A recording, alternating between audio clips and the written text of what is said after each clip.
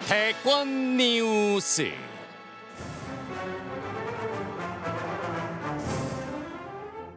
(2022년 3월 9일) 수요일 치러질 20대 대통령 선거를 앞두고 여야 후보들의 각축전이 치열합니다.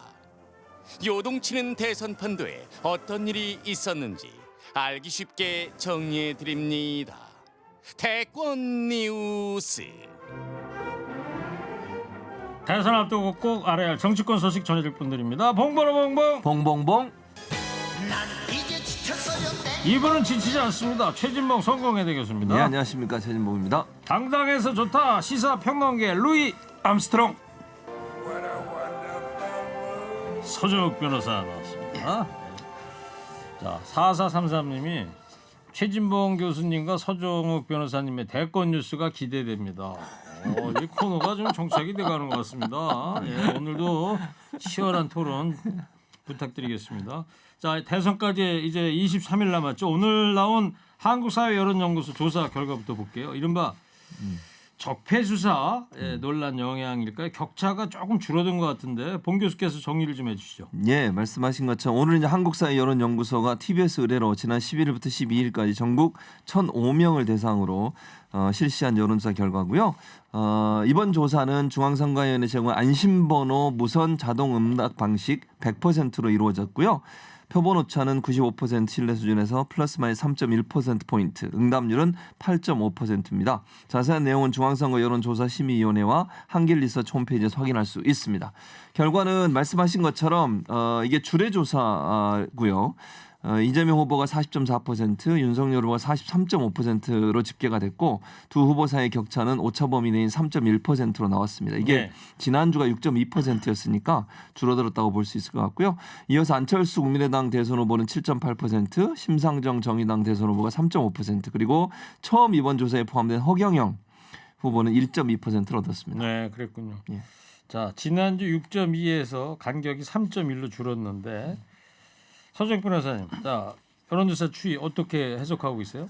일부에서는 이제 윤석열 후보가 문재인 대통령에 대해서 이제 수사를 하겠다 나중에 이것 때문에 혹시 하락한 게 아닌가 이런 이제 분석도 있지만 저는 그래 안 봅니다. 왜냐하면 이게 어차피 윤석열 후보 지지층은 적폐수사를 원하고요. 그다음에 이재명 후보 지지층은 어차피 이게 정치 보복이다 이렇게 프레임으로 가기 때문에 뭐 여론에 영향을 줄 정도로 출렁이지는 않을 거고요. 아마 이제 2, 3% 정도는 항상 이게 매주 똑같을 수는 없잖아요. 따라서 이런 이제 통상적으로 약간 이게 오차해서 조금씩 변하는 거지 이게 적폐수사 때문에 마치 이게 여론이 바뀌었다 이렇게는 안 봅니다. 네, 최진봉 교수님, 서정욱 변호사는 적폐수사와는 전혀 상관이 없을 것 같다 그러는데요. 상관이 있죠. 그러니까 서정욱 변호사는 이제 그게 희망사항이 좀 섞여 있으신 것 같은데 적폐수사와 상관이 있고요. 기본적으로 이제 여당 특히 이제 진보 진영 같은 게 결집을 이루는 중요한 계기를 마련했다고 저는 생각을 합니다. 그러니까 문재인 대통령은 지지하지만 이재명 후보를 지지하지 않았던 분들이 일부 있었는데 그런 분들이 문재인 대통령에 대해서 적폐수사하겠다고 하는 이제 정치 보복하겠다는 이 윤석열 후보의 발언 때문에 상당히 불안해하는 심리가 있었던 것 같고 그게 일단 결집되는 효과가 있었고요. 저는 중도도 일정 부분 영향을 받았다고 생각해요. 대선이 끝나고 나면 국민 통합이라고 하는 가치가 가장 중요하게 인식이 돼야 될 텐데 대선에서 이기게 되면 적폐수사하겠다. 사정 정구로 가겠다라고 하는 발언을 했던 윤석열 후보에 대해서 중도 진영도 상당히 불안감을 느낄 겁니다. 이런 분이 대선 후보 대통령이 된다고 하는 것에 대한 불안감이 아마 작용하지 않았나 이렇게 생각을 합니다. 네. 자, 그리고 이제 어제 오전부터 윤석열 후보의 그 무궁화 열차에다가 구두를 신은 채 올려놓은 요 사진, 요 한 장이 지금 화제가 되고 있는데.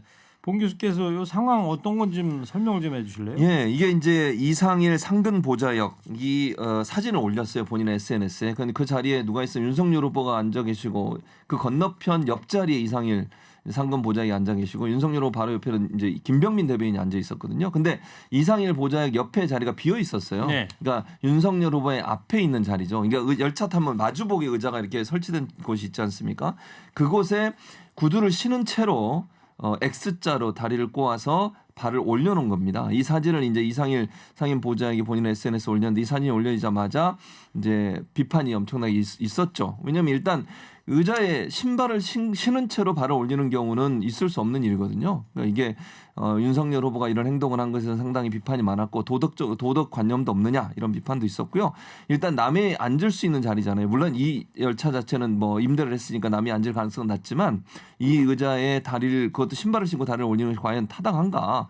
다른 사람에 대한 배려가 없지 않나 이런 논란이 있어 이 사진이 엄청나게 사람들한테 회자가 되고 논란과 비판의 대상이 됐었습니다. 네. KTX도 그렇고 무궁화 열차도 이렇게 의자 이렇게 찍어 눌러가지고 예, 180도로 돌리잖아요. 돌리면 네. 마주보게 앉을 수 있는 그런 구도를 만들고 있는데 어제 그런 상황의 사진이었어요. 서정익 변호사님, 국민의힘에서는 이제 유감을 표명했죠. 뭐 윤석열 후보도 이제 그 유감 사과를 했고요. 뭐 다만 이제 약간 변명한다면 다리에 경련이 있어가지고 한 10분 정도 그것도 상대에게 양해를 구하고 마지막에 청소까지 깨끗하게 해서 했다는 거, 그 점을 이게 말씀드리고 그렇지만 이게 그 좀 부적절한 행동이었다. 이 점에 대해서는 깨끗하게 인정합니다. 네. 자, 이 사진이 촬영된 무궁화 열차가 국민의힘에서 이제 호남 열차로 빌린 열차 아니에요? 이른바 윤석 열차인데. 네. 근데 이 사진을 지나가던 사람이 찍은 줄 알았는데 이상일 상금 보좌역이 네. 본인 그 페이스북에 올렸단 말이에요. 네. 이 이상일 상금 보좌역이 상당히 난감했겠어요. 홍보를 해보려고 하다가 네. 이런 상황이 돼가지고. 그렇죠. 본인 입장에서 난감할 수 있죠. 아마 이걸 전혀 의식하지 못하고 이제 올린 것 같아요. 제가 볼 때는 이게 논란이 될 수 있다는 사실을 알았다면 안 올렸겠죠. 본인의 SNS에 올렸다고 하면 아마 본인 입장에서는 그래서 사진 각도도 보면 이상일 보좌역이 정면으로 찍혀 있는 사진이에요. 윤석열은 뒤쪽에 약간 비스듬하게 뒤쪽에 찍힌 사진이고요. 아마 이제 본인의 홍보용으로 아마 올린 것으로 저는 개인적으로 생각이 드는데 그리고 논란이 되니까 사진을 내렸어요. 이상일 보좌역이 아마 이제 이게 이렇게까지 문제가 될 거라고 생각을 못했겠죠. 그러면 또 한편으로는 윤석열 후보의 이런 행동 자체가 이게 여기서 물론 이제 서정욱 변호사는 그렇게 변명을 본인 말로 변명을 하셨으니까 해명이 아니고 변명을 하셨으니까 한 번 10분 있었다고 하는데 이게 과연 10분만 있었던 것일까? 또 이 관련해서 해명도 이준석 대표가 아까 이제 그 서정욱 변호사 말씀한 10분 얘기를 했어요. 근데 그것도 논란이 되고 있어요 지금. 10분 동안 예를 들면 사진 두 장이 있었는데 하나는 박기환이 보이는 사진이고 이거 지금 어두운 사진으로 보이지 않습니까? 시차도 그렇고 그럼 거기에 대해서 또 터널 아니라고 또 해명을 했는데 10분 동안 잠깐 앉아있다가 경련이 일어났는데 달을 이렇게 X자로 꼬고 올릴 수가 있느냐? 또 복장이나 이런 걸로 봤을 때 10분에 가능하고 마스크도 다른 마스크예요. 그 전에 그러니까 화날 때 이준석 대표와 같이 있을 때 찍은 사진의 마스크하고 윤석열 후보가 쓰고 있는 마스크가 또 나중에 마스크가 달라요. 네. 10분 안에 이 모든 걸 다 알겠습니다. 갈아서 했겠나 이런 예. 생각도 듭니다. 자, 서정익 변호사가 오늘 뭐 여론조사도 그렇고 이 구두발 사진도 그렇고 약간 열쇠에 놓여 있다는 생각이 드는데 요거 얘기 한번 해볼까요? 오늘 아침에 국정원 메인 서버 교체를 두고 말이 많던데 이게 뭔 얘기예요? 아마 이제 국정원에서는 메인 서버가 이제 너무 낡아서 교체를 해야 되겠다 이렇게 그 주장하는데요. 이거는 이제 국민을 너무 우습게 보는 거예요. 제가 두 가지만 지적하면 지금 이게 현 정권이요. 2017년에 이기고 나서 이게 국정원을 적폐청산한다고 그때 메인 서버를 이렇게 다 들다봤습니다. 들다보고 이게 그 국정원에 뭐 고소도 하고 막 이렇게 했거든요. 네. 본인들이 한 게 있으니까 도둑이 재발 저리는 격으로 만약에 정권이 바뀌면 그러면 이게 또 후임 정권에서 국정원 메인 서버를 보고 자기들에게 또 문제 있으면 고소 고발할 수 있잖아요. 따라서 저는 그게 두려워서 증거를 은폐하는 것이다. 이게 첫째 보는 거고요. 그다음에 두 번째 국정원에서는 메인 서버를 교체해도 자료는 다 남아 있으니까 어차피 조사할 수 있는 거 아니냐 이렇게 변명을 해요. 근데 메인 서버가 교체되고 나면 물론 이제 영장 받아가 포렌식까지 하면 볼 수는 있겠죠. 그렇지만 이게 메인 서버가 그대로 있으면 눈으로도 감찰부라든지 직접 볼 수가 있거든요. 따라서 이게 영장 받아가 포렌식으로 보는 거하고 바로 이게 보는 거 틀리잖아요. 따라서 저는 이거는 증거를 인멸, 은폐하기 위해서 메인 서버를 바꾸는 거다. 네. 본인들이 한 과거가 있으니까 이래 봅니다. 문재인 정부 국정원의 증거를 은폐하기 위해서 예. 이런 교체를 한 것이다. 최준봉 교수님인데 국정원은 뭐 낡아서 교체하는 거다 이런 입장이에요. 그러니까 음모론이죠, 음모론. 근거도 없이 메인 서버 바꾸면 증거 인멸입니까? 아니 메인 서버가 오래돼가지고 컴퓨터도 마찬가지. 컴퓨터 오래되면 바꾸시잖아요. 우리 서정욱 변호사님도 바꾸실 것 같고 또 그 하드 디스크도 예를 들면 하드 용량이 늘어나면 더 늘리기도 하고 이러는 거예요. 서버가 이 국정원 서버뿐만 아니라 모든 기관들이 서버를 바꿀 때 되면 시간 되면 다 바꾸는 겁니다. 그리고 증거 다 남는다고 말씀하셨잖아요. 만약에 정말 불법쟁이라면 이건 불법이에요. 만약 이걸 없앤다고 하면 그 자체가 그럼 수사를 해서 당연히 찾아낼 수 있는 거잖아요. 지우면 지운 흔적이 남아요. 근데 그걸 지웁니까? 흔적이 다 남는데. 그러니까 저는 이렇게 아무 근거도 없이 그냥 음모론을 제기하는 것은 저는 잘못됐다고 봅니다. 알겠어요. 근데 뭐 시기적으로 좀 공교롭다 이런 얘기 같습니다. 자, 중요한 얘기입니다. 이제 단일화 얘기를 해볼 건데 어제 안철수 후보가 오전 유튜브 기자회견 비대면 기자회견 통해 가지고 단일화를 전격 제안했단 말이죠. 윤석열 후보도 이에 대한 답을 했는데 일단 안철수, 윤석열 두 후보 이야기를 좀 듣고 오겠습니다. 여론조사, 국민 경선을 통해 단일 후보를 정하고 누가 후보가 되든 서로의 러닝메이트가 되면 압도적 승리를 이끌어낼 수 있습니다. 그리고 승리 후에 차기 정부가 성공한 정부가 될 수 있도록 서로의 부족한 점을 메워주며 함께 노력해 나갈 수 있을 겁니다. 경선은 복잡할 일도 시간 끌 일도 없습니다. 지난 서울시장 보궐선거에서 모든 조건을 수용하기로 결단함으로써 정권교체의 기반을 만든 사람입니다. 그때 합의한 방식과 문항이 있습니다. 단일화 경선 방식을 두고 다시 논점에서 논의할 이유는 없습니다. 대의 차원에서 제안을 하신 거에 대해서는 긍정적으로 평가를 하고요. 여론조사 얘기를 저도 들었는데 좀 고민해 보겠습니다만은 좀 아쉬운 점도 있습니다. 네. 자, 최준봉 교수님. 네. 자, 어떻게 보셨어요? 일단 저는 그 당장은 어려울 것 같다는 생각을 했어요. 그러니까 지금 안철수 후보 입장에서는 본인이 급해지니까 단일화를 제안한 걸로 보여집니다. 이렇게 이 상황을 계속 가면 어쨌든 현재 상황으로 본다고 하면 전혀 불가능하다고 볼 수는 없지만 당선 가능성이 낮은 거 아니겠습니까? 그런 상황에서 본인 돌파구를 뚫을 수 있는 건 단일화밖에 없어요. 그리고 본인은 아마 단일화 과정에서 국민 경선을 하게 되면 본인으로 단일화될 가능성도 어느 정도 있다고 보는 것 같아요. 그래서 이제 승부수를 던진 건데 국민의 입장에서는 굳이 이걸 받을 이유가 없는 거죠. 지금 상황에서는 지지율이 뭐 크게 무슨 차이가 많이 나는 것도 아니고 이런 상황에서 괜히 단일화 받았다가 당내 분란만 일어나고 아니면 또 안철수 후보와의 싸우는 모습 자꾸 보여주면 그게 좋지도 않을 거고 이런 상황이라면 공동 정부라고 하는 DJP 연합의 모델이 아니면 단일화하지 않겠다는 명확한 선을 긋고 있는 상황입니다. 서 변호사님. 국민의힘에서는 이제 이른바 역선택을 우려하는 거 아니겠어요 지금? 그렇죠. 저도 이게 여론조사로는 절대 안 된다고 봅니다. 이거는 이제 그 단판을 지가지고 안철수 후보가 이제 그 아름답게 양보를 해서 단일화된 단판으로 여론조사 필요 없어요.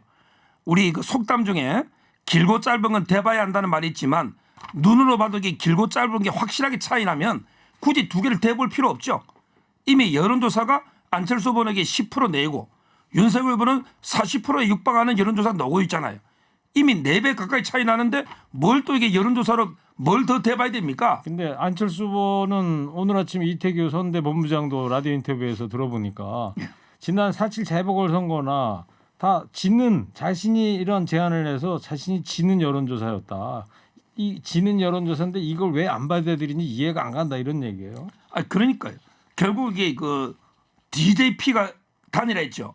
근데 JP가 여론조사 하다 하면 DJ가 바뀌었어요? JP가 3, 4% 놓을 때 협상했잖아요.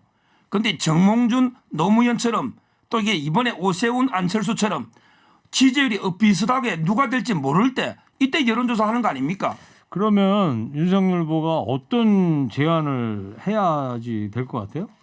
제가 보기에 여론조사는 도저히 받기 어렵다. 그냥 우리가 이제 그 허심탄회하게 협상을 해서 우리끼리 단판을 지가지고 한번 이렇게 공동 정권 가봅시다. 그러면서 이게 그 교육이라든지 과학 또는 이게 보건복지 이런 분야는 안철수 후보가 이게 맡아서 한번 해보시오. 나머지 게 내가 할 테니까 이렇게 우리가 아름답게 한번 협상을 합시다. 이렇게 나가야죠. 윤석열 후보 쪽에서 10분 안에 단판할 수 있다 그랬는데 혹시 정보통이신데 그 단판 뭐 취재된 거 좀 없어요? 취된 거는 이게 지금 없고요. 예. 안철수 후보 쪽에서는 제가 임명진 목사님께 들었는데 무조건 여론조사다. 아니면 이게 지금 끝까지 간다. 뭐 이렇게 듣기고 있기 때문에 근데 여론조사는 윤석열 후보가 절대 받을 수 없어요. 네. 왜냐하면 이게 홍준표 트라우마가 있어요. 홍준표 후보가 경선에 48%로 윤석열 후보를 10% 이겼습니다. 이게 역선택이에요. 예. 따라서 이게 저는 여론조사하면 대거 이재명 후보 지지층이 안철수로 몰립니다. 홍준표 트라우마가 있다. 경험이 있다. 따라서 이게 여론조사는 절대 받으면 안 된다. 이래 저는 보는 거예요. 예. 근데 최 교수님, 네. 이 여론조사에서 역선택 방지 요게 좀 가능한 거예요? 100%는 어려워요. 사실은 그러니까 역선택 반지라고 하는 것도 사실은 성향을 물어보고 당신이 진보입니까 보수입니까 예를 들면 그럼 더 이상 응답하지 마십시오 라든지 뭐 이렇게 하는 거잖아요. 근데 만약 역선택을 하려고 마음을 먹으면 그것도 거짓말로 답변할 수 있는 거잖아요. 그렇겠죠. 예를 들면 네. 진보라고 물어보면 진보인데 예를 들면 나는 보수입니다. 국민의힘 지지자입니다. 하고 투표에 들어가서 누군가를 찍을 수도 있는 거 아니겠습니까? 그걸 100% 막을 수는 없다고 저는 봐요. 그래서 역선택 방지라고 하는 게 뭐 방법을 할 수는 있지만 그게 완벽하게 100% 역선택을 반지할 수 있는 상황은 그렇게 네. 되기는 어렵다고 봅니다. 그 민주당에서도 말이죠. 예. 안철수 후보 쪽에 공동정부 구상을 제안했었는데 했던 걸로 알려졌는데 민주당은 좀 허탈하겠어요. 지금 상황에서는 민주당 입장에서는 그 국민의힘과 안철수 후보 간의 단일화를 좀 지켜봐야 되겠죠. 지금 뭐 다른 행동을 할 수 있는 상황은 아니라고 저는 보고요. 일단 상황을 지켜보고 지금 서정욱 변호사가 저렇게 강하게 얘기하잖아요. 저게 이제 대체적으로 윤석열 후보 측의 입장이라고 저는 보거든요. 그럼 단일화가 그렇게 쉽게 이루어지지 않을 거예요. 네. 그러면 또 어떤 변화가 일어날지 모릅니다. 안철수 후보가 정말 이게 계속 안 되면 민주당과의 단일화도 시도할 수 있는 상황이 될 가능성도 있다고 저는 보거든요. 그래서 지금 상황은 민주당 입장에서 기다려보고 이 윤석열 후보, 안철수 후보의 단일화가 어떤 방식으로 진행되느냐에 따라서 스탠스가 조금씩 바뀔 거로 생각을 합니다. 네. 서정욱 변호사가 이 정보가 있는 분은 맞아. 지난 네. 토요일 날 그랬잖아요. 이번 주말에 뭔가 일이 있을 거다 그런데 어제 안철수 후보가 이런 긴급 제안을 하긴 했는데 자, 서 변호사님, 국민의당에서는 입장이 이거예요. 오래 기다릴 수는 없다 우리가 2, 3일 안에 답을 달라. 통큰 승부 한번 해보자 이렇게 압박하던데 아무래도 윤석열 후보의 생각이 이 서정욱 변호사를 통해서 보이는 것 같은데 묘안이 뭐예요? 결국은 이제 국민의당 안철수 후보는요. 예. 이번에는 이게 모든 걸 그냥 던져버리고 아무 조건 없이 양보해서 이게 전국 방방곡곡 돌면서 돕는 거 있잖아요. 이게 가장 크게 사는 거예요. 옛날에 문재인 대통령하고 2012년에는 양보만 하고 미국 가버렸잖아요. 예. 그럼 이게 반감하는 거예요. 저는 제가 안철수 후보께 강력하게 조언드린 거는 모든 걸 이제 총리 자리, 장관 자리, 뭐 공천 아무것도 요구하지 마라. 조건 없이 백기투항해라. 무조건 이게 백기통이 아니에요. 그게 통큰 정치예요. 이번에는 이게 정권 교체를 위해서 모든 걸 그냥 윤석열 후보께 맡겨버리고 본인이 이게 전국 방방곡곡 배낭 메고 윤석열 후보 도와라. 그럼 이게 윤석열 후보가 알아서 챙겨주거든요. 안철수 후보가 그런 제안을 받아들일까요? 안 받아들이죠. 저는 그래. 알겠습니다. 생각을 해보세요. 누가 받아들입니까 그런 거를. 자, 오늘 이재명 후보가요. 이승만 박정희 묘역을 이제 내일부터 공식 선거운동 기간 앞두고 묘역을 처음 참배했어요. 예, 그렇습니다. 저는 뭐 잘한 일이라고 생각을 하고요. 그러면서 이런 얘기를 좋은 것도 나쁜 것도 다 역사다. 그러니까 공과 과가 있다라는 얘기를 한 것이고요. 아마 이제 이재명 후보 입장에서는 TK 지역 본인이 TK 출신이잖아요. 안동이니까. 그렇죠. 근데 TK 지역의 지지율을 좀 끌어올려야 될 필요가 있어요. 보수 진영 등의 중도 성향의 보수들도 분명히 있거든요. 이런 분들 입장에서는 어쨌든 이승만 박정희에 대한 향수가 있고 네. 이런 분들에게 좀 더 어필하기 위해서는 뭐 좋은 건 받아들이고 실용주의적 관점에서 이념적 관점이 아닌 실용주의적 관점에서 잘한 건 받아들이고 못한 거는 비판하고 이런 입장을 취하게 이런 이재명 후보의 통합의 메시지예요. 일종의 평가해줄 만한 부분이 있는 거 아닐까요? 전혀 없어요. 이게 표가 급해서 그래요. 5년 전에 이재명 후보 뭐랬냐. 이승만은 한강 철교를 끊고 도주한 국민을 버린 대통령은 참배할 필요 없다. 이렇게 욕을 했어요. 박정희 대통령에 대해서도 군사 쿠데타로 파괴하고 인권을 침해 독재자니까 참배할 필요 없다.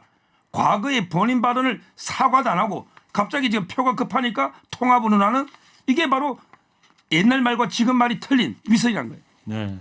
그럼 뭐 과도 있지만 공도 있는 거 아니겠습니까? 예. 그러니까 과거에 그 발언을 일단 사과를 했어야 된다. 예. 예. 자, 가서 인사하는 게 사과하는 거예요. 자, 서 변호사님, 예. 서 변호사님 말 나온 김에 오늘 윤석열 후보가 사법정책 공약을 발표했는데요. 이런 게 있어요. 법무부 장관 수사 지휘권을 폐지하겠다 이런 공약을 냈는데 법무부 장관 수사 지휘권이 뭐예요? 뭐냐면 이게 그 구체적 사건에서 검찰총장을 통해서 서면으로 지휘하는 이게 수사 지휘권이거든요. 네. 요걸 이게 제가 건의한 거예요 캠프에. 저도 이 공약을 예. 왜 원희룡 그 본부장이 했거든요. 요거는 이게 왜 폐지해야 되느냐. 2013년에 프랑스에서 폐지했고 독일은 나치 이후에 한 번도 없었고 일본도 1954년 이후에 한 번도 없었고 우리나라는 천정배 장관이 딱 한 번 했어요. 강정구. 그런데 추미애 장관이 조자룡이 흠칼 쓰듯이 6-7번에게 행사했잖아요. 이거는 이게 따라서 남용되기 때문에 없애야 된다. 저는 그렇게 주장한 거예요. 남용이 되기 때문에 다른 나라도 다 없앤다. 예. 서정욱 교수께서 이제 영남대 로스쿨 교수 출신이시고. 예. 자, 그 외에 또 어떤 사법 정책 공약을 내놨죠? 대표적인 게 공수처죠.